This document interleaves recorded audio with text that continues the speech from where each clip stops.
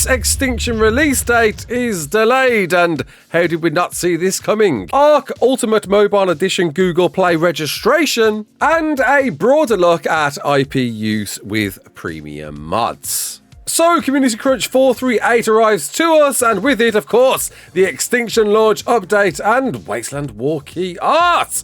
With the devs explaining to us, there's been a pushback on Extinction.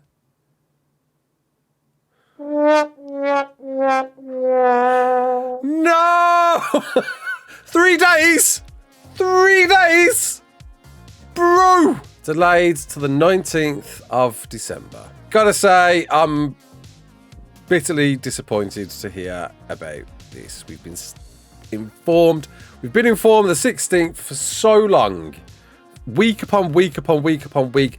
I mean, I expected a delay. I'm not surprised by one, but just, man. For me personally, it's with my own hidden agendas that a lot of stuff is going on behind the scenes in preparation for the launch of our Monarchy season. And that was for the day after, in allowing some time to at least explore all of the content for Extinction and, of course, the Tall Tales DLC. But with 1 day between that now, we're going to have to rethink exactly what we're doing there. I went into this with such high promise and discussion of what was to come, and I feel a bit bummed about this delay. You know, what's new? What's new? A delay was expected, just... why? But hey ho, it's happened. We've got a delay, and there it is. So, a simultaneous cross-platform launch will be offered in the day, later in that day during PST hours. So I probably expect to be playing this on the Friday for most people in the world. But they'll be able to share a more precise launcher time closer to that release, and as well as giving us the trailer at the same time. And the reason being, it's owed to some bugs. Apparently there's a few bugs that they've got to iron out and make sure it's a nice smooth experience for everyone. But with the holidays coming up, Christmas barely a few days after this launch, it just sucks for the team as well, especially that they're going to be working all over Christmas to make sure iron out any issues we face upon launch. We get a lovely cool new look at the Bob's ARK Tall Tales 3 artwork, which looks really awesome. You know, we get to see the cars in action. First thing that I'm drawn to is the displaying of trophies on our battle rigs, which is really awesome. Didn't expect that to happen. Being able to show off the Brood and a wrecked skull on these ones, with a wonder if this will transition to any trophy that you obtain within the game. Most prominently, we can see someone adorning a wonderful, cool-looking Extinction Wasteland War skin pack, looking straight out of Mad Max, ready to rock and roll, hugging their friendly companion Doggo there, as well as accompanied with the content from the Aberration and Scorched Earth content packs too. For a minute there, I thought I could see Master Chief riding on the back of the Jeep-style battle rig, I think that's the one. And of course, on the left here, we see the racer type buggy too. Great to see the trophies on these, and again, looking forward to how customizable these will be. With the devs explaining there'll be over 10,000 possible variations. Didn't we say 20,000 before? But 10,000, either way, 10,000 is an insane combination of variations, with the hope that no battle rig that you'll run into will look the same, or having their own high-octane trails of destruction, building within an epic wasteland stronghold with new structures, not structures. As far as we know so far, there is the 3x3 dino gate that we're getting with Extinction, but the devs say here structures with an S. Does that mean we are going to find actually more structures arriving with this version of Extinction? Or perhaps they simply mean other things like the Tribe Tower that we're getting with the map and the Bob's pack. Not forgetting something that was touched on during the extra live stream that I keep forgetting to talk about, the explosive spears that are coming with the Bob's pack, as well as fire quenching grenades. So what, like water grenades? Is that what we're seeing here? Cynic in me then think we're going to be finding pyromanes on this map to quench with our water grenades. Is this in response to something we actually fed back, that stop limiting pyromane spawns to wherever there is water, and this being a way around it? It's interesting where they're heading with this one. Perhaps vehicles will remain on fire for quite a long, lengthy time. And yet, as well as seeing the armored doggo, with a wonder what else we'll get to dig into when this arrives. Why do I do this to myself every time? I know the delay is coming. And I'm still so hopeful, like, that, yeah, we'll get, like, maybe a delay, like late into the 19th, man. But, life moves on. ARK Animated Part 2 is coming out next year at some point, 2025. New poster was put out earlier today on their Twitter. And as far as we know, Jeremy did say in the Extra Life stream that we'd be seeing this hopefully around June. And I think it's good to set those expectations on the part 2 of the animated series, with a wonder how much lore is going to be tucked into, whether it's canon or not. Though I am noticing in this artwork, it's not as cel-shaded as the anime that's been portrayed so far. In fact, this has got a bit of a 3D vibe to it. Helena and her Parasaur steed Scary, almost looking like a 3D model in this shot. And dare I say, are they on Extinction? Down there at the bottom right, it does look like some element veins. Are we going to really take the story all the way through to Extinction in this part 2? Surely not. I mean, we do see the Tech Sword, a very late game offering within ARK. Isn't it a Aberration reward? It's been a hot minute since I had that unlock. But yeah, either way, whilst this is some lovely artwork, don't get your hopes up too much on seeing this anytime soon. June probably is their plan. We'll see. But hey, appreciate the shout out wildcard. Shouting out our almost 100 ARK creator spin to tame dinos and fight video. It was a very interesting one to be involved with indeed. Did invite actually over 100 creators, sadly. We had a few last minute cancellations and I think we ended up with about 80 in the end. But the intention was to be 100 and I think that's what counts. As well as Captain Fat Dog back on the business with his wyvern trap. Good to see, man. So how's the community feeling about this one? Here we go. Told you delayed. Cheers, Random Person 27. Yeah, where are the Tech Dinos? Nobody's mentioned the Tech Dinos yet either. No mention of Winter Wonderland. No. Who could have seen this coming? Yeah, the Discords. Not exactly too happy. I mean, we're not going to be happy. We're not, are we? It is what it is. If it's not delayed and it arrived with bugs, we wouldn't be happy. So let's, accept the delay for what it is, and hopefully it's going to remedy the bugs required to be fixed. And then we're going to have a wonderful swimming launch day, right? Eh? Bro. But hey, a bit of 2x unofficial all the way up to 5x until Monday, December the 16th, depending on which type of server you played, is I think at least you're getting for something useful unofficial servers. But mobile players, good news. If you don't know, the beta rolled out. A few people are playing it at the moment, been beta testing on it. Well, it appears you can register for the Google Play version of ARK Mobile, ARK Ultimate Mobile Edition, and although it doesn't give you an exact date on when to expect it, with developers Grove Street Games quoting it'll be released later this month, you can at least prepare yourselves for that, and it would be a great move to see this early next week and at least something to do ARK-wise until we're awaiting Extinction, eh? Just thinking content. So after our video last weekend discussing the use of premium mods and IP in particular, with me having a genuine aim, well, the handling of that conversation was certainly a naive one from my perspective. Perhaps I definitely should have gone in there more prepared. And off the back of that discussion, I thought it would be great to tuck into the wider modding community and talk to more seasoned modders in the scene to get their perspective on IP use. And in fact, perhaps an even broader look at premium mods and the costs and time involved. And fortunately, Gaia Danny got back to me, who's been creating mods for several years now and carries their own reputation with a lot of work looking towards the future of the modding scene, closely working with CurseForge to get their perspective on what premium mods and IP use means to them. Been in the modding scene for a long while. Tell us a little bit about yourself, how you got into ARK modding and your experience with it up until this point. Thanks for having me on, first of all, Raz. So I've been modding for ARK since ASE days. So I started out as a one-man team. I was lucky. So when Prome, who was the original developer behind Gaia, when he decided he was, hanging up the torch and wanted to retire from modding, he handed me the torch, and I've sort of carried that project on and been building on that since ASE, since about 2020.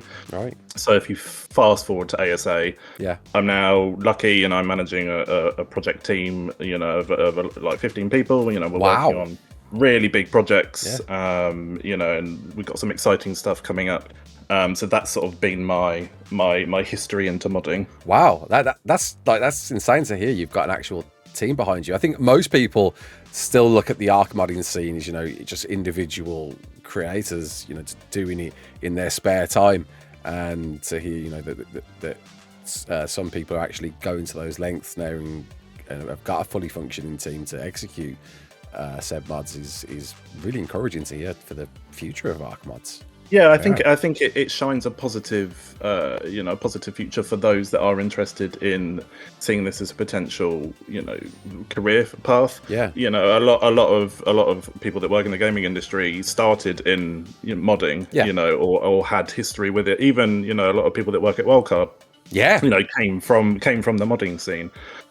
So I think it is a positive sign, but it also shows that there's a place for both. Whether you're a solo developer that likes to, just work on the weekends when you've got spare time, or you're managing a team of people, there's space for everyone, and I think that's what's so positive about the modding scene at the moment. Absolutely right. And the latest iteration of the dev kit for ASA is so much more accessible to beginners now than the ASE one ever was. That I guess it's great to start educating the wider community on what they can do really, and what they or what they can't do, right? Which brings us to this interesting conversation that I touched on last week, discussing the use of IP and what the technicalities are there with transformative use and what you can or can't get away with. And it'd be great to hear from an experienced mod author such as yourself what you can use there then with IP. Yeah, so I think it's important to remember that as mod authors, if you're purchasing store assets, you don't own the assets you purchase. You're buying the right to use or modify or integrate those assets. So you're paying for the license to use them. So as previously said, Fab, which is now the new Unreal Engine marketplace, they've now got sort of two license tiers in place. So you've got like a personal license for creators that are earning under $100,000 a year revenue. Right. Then you've got professional licenses, which basically removes the cap for that. Right. But I think what's key to state is that neither license lets you resell raw assets. So right. you can't purchase that asset and then re-upload it as a publisher, or you can't take that and then publish it on its own as is, no modifications. You've literally purchased it, installed it, re-uploaded it somewhere. That's against license, of course, but if it's transformative, it must be embedded in a finished transformative project where it adds value. That's Fab's licensing. And CurseForge puts guidelines in place for premium mods around that. They allow modders to use marketplace assets, but only if they create something unique and valuable. And they're not. I guess it's important to say that CurseForge are not gatekeepers for content. They won't bear responsibility for copyright issues. Right. Their review process does check for compliance, but if there's a breach, the liability sits with the mod author. So they state that on their website. When you apply for a premium mod contract, if you're accepted, you sign a premium mod contract. And it requires you to basically agree that you hold all relevant rights and licenses, etc.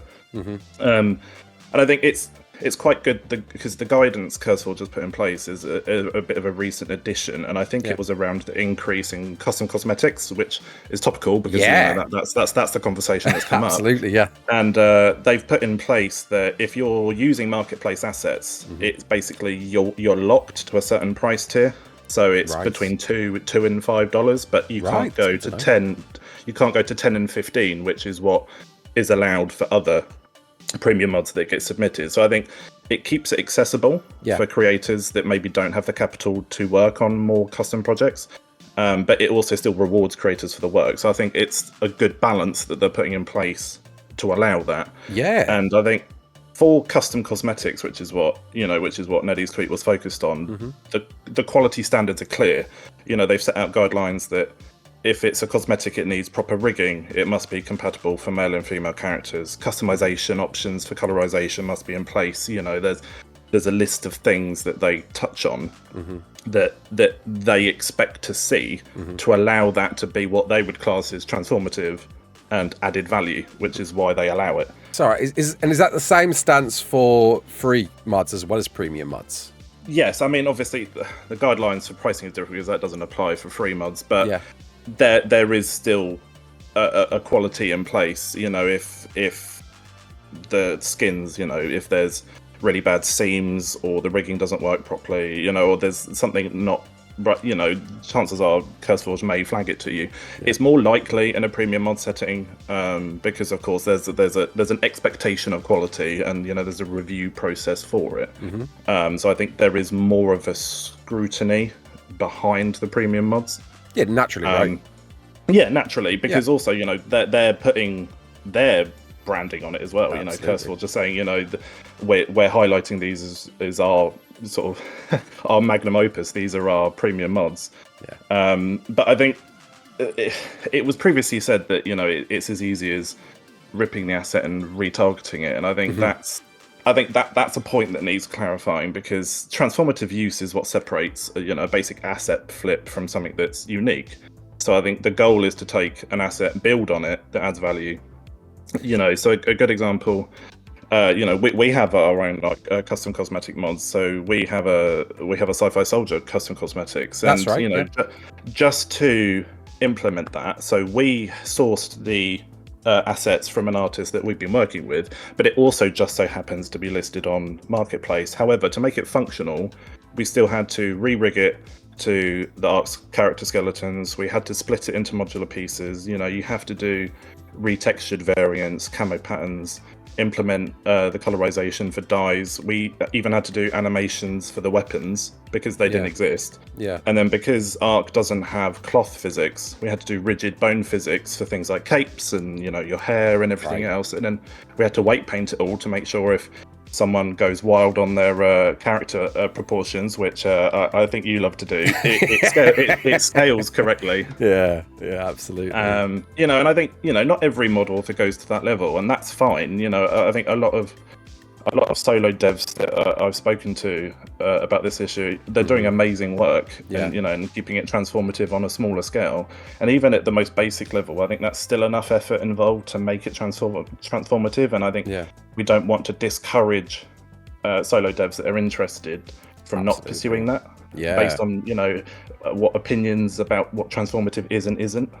Absolutely, yeah. And it'd be, I guess, for somebody looking in from the outside, it'd be great to understand, learn more. What is that line on transformative? You know, what's the kind of the bare minimum limitations on something being transformative?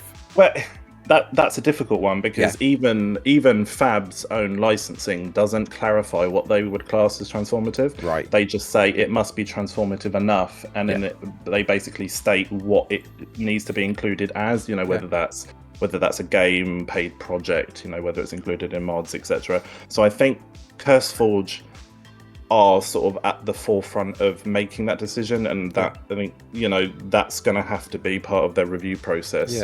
Because I think what people might miscorrectly think is that we price the mods, and we don't.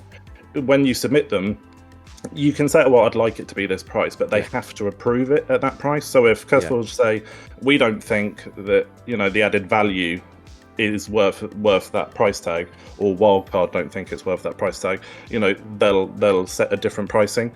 So I think they will sort of help determine, well, we think that's transformative enough and adds enough value, so we'll put the $5 on it and not the $2 or the $10. So I think they are helping fill that, I guess, grey area, because you know, Fab and Unity don't really clarify that. They keep it deliberately a little bit vague, I guess, because it is open for interpretation. Right. And I guess on the opposite end of the scale, you know, what are we looking at, like resource and cost wise, like when you are putting in the lengths you are to transform IP? Yeah, I guess that ties into resources and costs for mod authors. So I think mod authors will have vastly different resources. So for sort of many solo devs, you know, modding may be a passion project that they work on during the weekends, you know, and budgets might be tight. Or that, you know, learning new skill sets or paying for a team or support isn't always an option. So I think what you may expect to be transformative from you know, a solo dev is going to be very different to when you're looking at a team of 5, 10, 20 people. Yeah.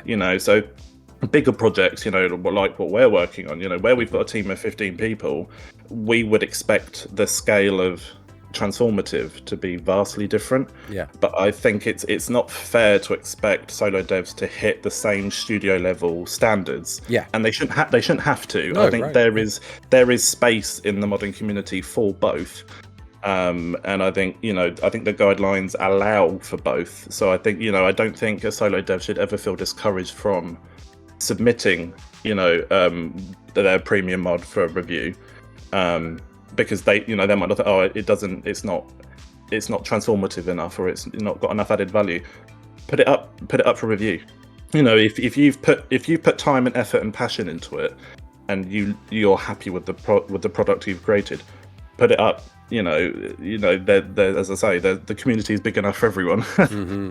So in any scenario, like CurseForge will at least advise that, that obviously you've said the onus is still on the mod creator, but at least a CurseForge savvy enough to say, look, you might want to reconsider how transformative this is.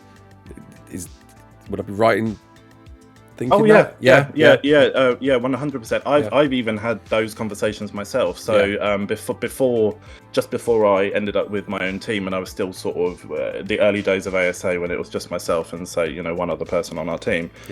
We released our first premium mod. So myself and Nectus was sort of, I think we were trialed as the guinea pigs to release the first 2 premium mods. Yeah, I remember. Yeah, and there was quite a bit of back and forth between myself and CurseForge as to what is deemed as added value here, and how do we price that, and they did sort of push back to say, okay, well, we think it should be XYZ, or you might want to consider adding this, right?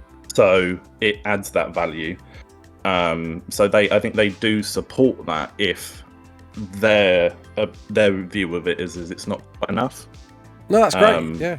And I've experienced that conversation. So I would like to think that they do have those other conversations with other premium mod authors. And as I say, I've spoken to other premium mod authors before, and CurseForge have been very active and receptive to that conversation. No, that's great. Yeah, and this is like all in light to educate the community and people that might be even watching this, wanting to make their own mods, and just getting that base understanding of what they're able to do. So at least it's encouraging to hear that whatever they do follow through to, they've got the support and advice of CurseForge to ensure that they're not doing anything wrong there.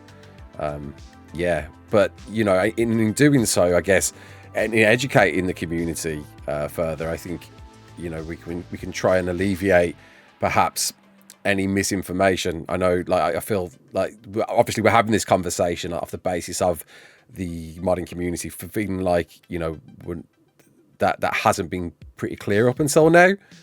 The problem with misinformation is that once it's out there, it's tough to undo.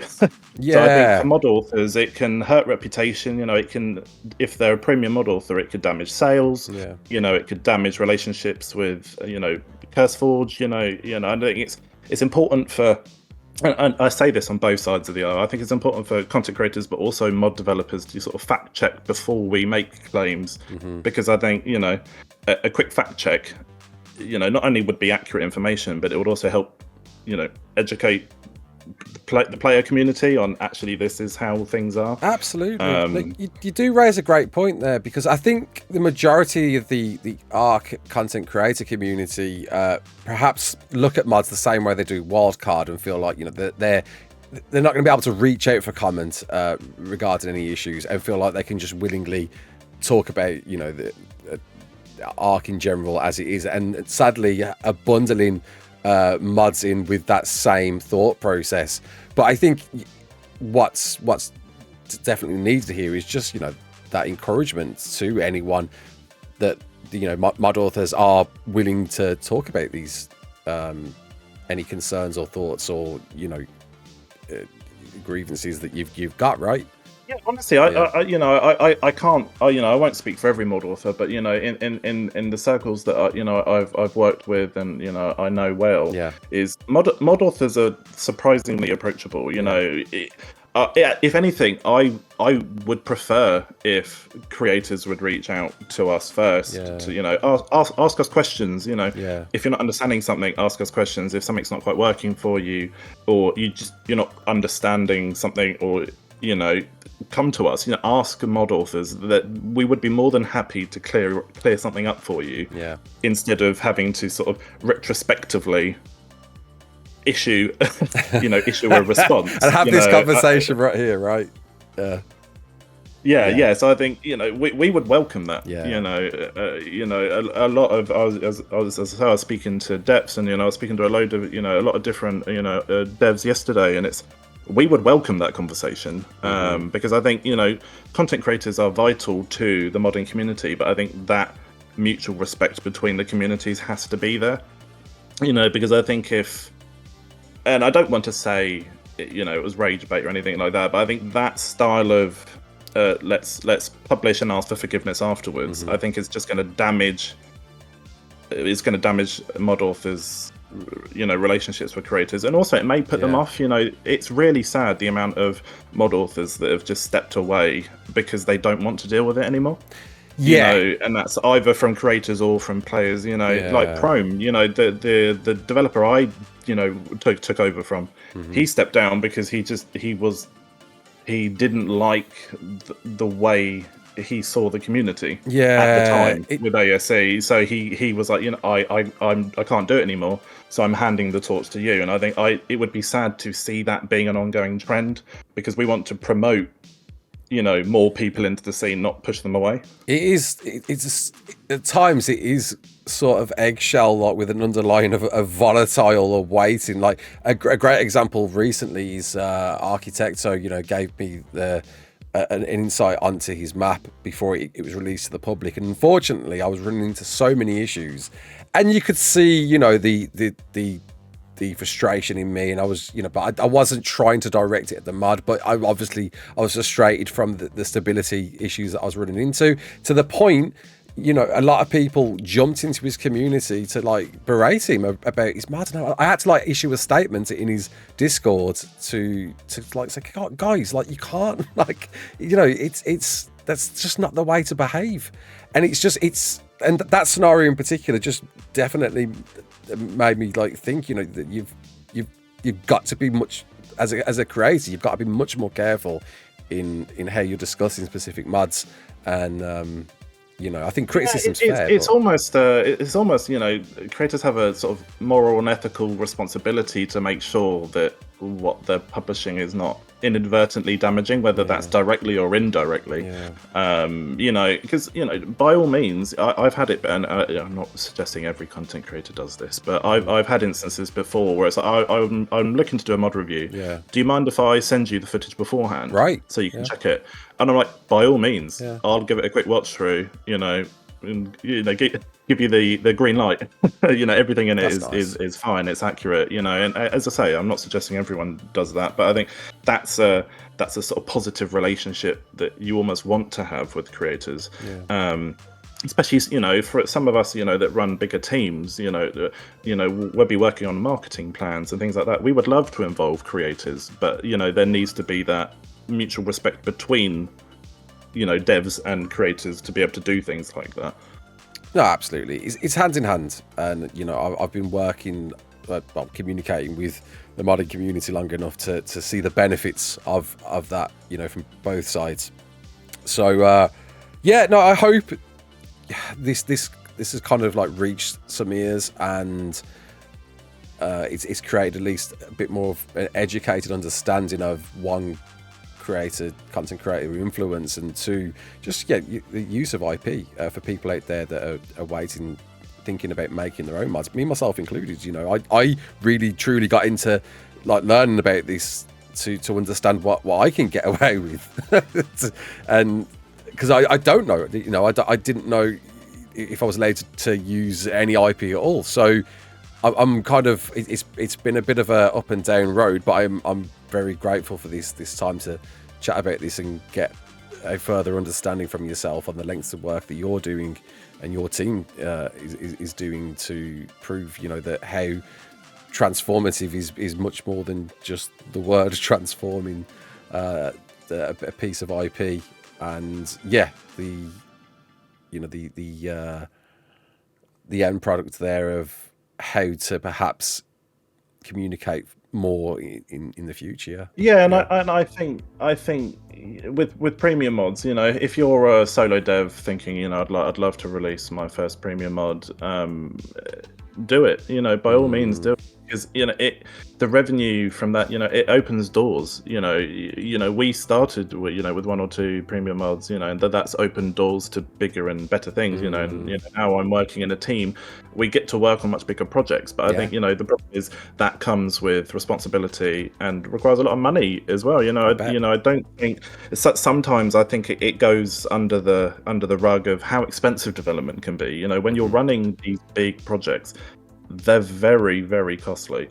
So I think you can't, as much as I would love every mod is fully custom and all this studio quality work, I think it's an unrealistic expectation. Because the scale within the modding community is vastly different. But I think if you've got the ambition to work up to that big project level, premium mods I think is a perfect opportunity to support that journey. And I think we should look at them positively, because it will open doors for people that want to progress that. Cool. And in doing so, I guess, isn't there like a Discord community for mod authors to kind of bring people into the fold that maybe I could direct people to? Yes, there's the official ARK modding community Discord, and then there's a few unofficial branch offs as well. And if you are looking to learn, or you need resources on how to learn Unreal Engine, or you've got issues and you would like some support, please go ahead and ask. There's always different devs dipping in and out that will help you with things. I mean, even my time over the years, I've asked lots of questions. And got amazing support from other devs. So I think it is a positive community. Great, cool. Well, any final thoughts? Anything you feel we haven't covered?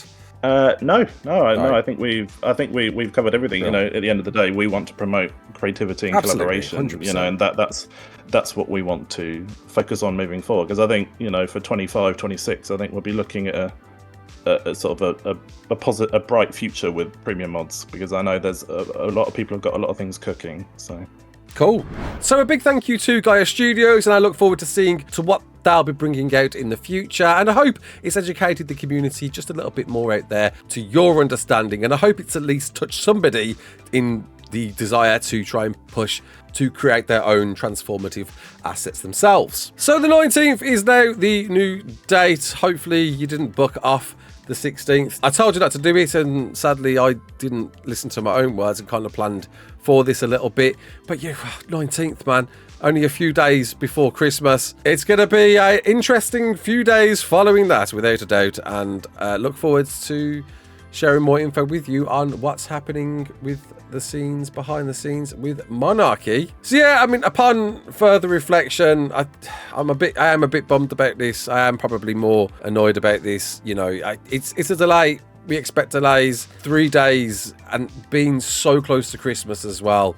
It's a bit of a shame on just the other external ideas that it's reflecting, aka Monarchy. So going to have a real good think about that and have conversations with what's going to be perhaps the most unprecedented YouTuber collaboration you will ever see. How do you feel about this one? I'm going to gather you probably resonate with me, though I bet there's a few out there that are probably happy because, Christmas holidays for a lot of people starts around then, and therefore with many of you out there having the weekend to look ahead and enjoy the time with this pack might be actually a good thing for most of you. Just unfortunately I've got my own agendas as to why I'm not too pleased about this, but what are you going to do? You can't please everyone, right?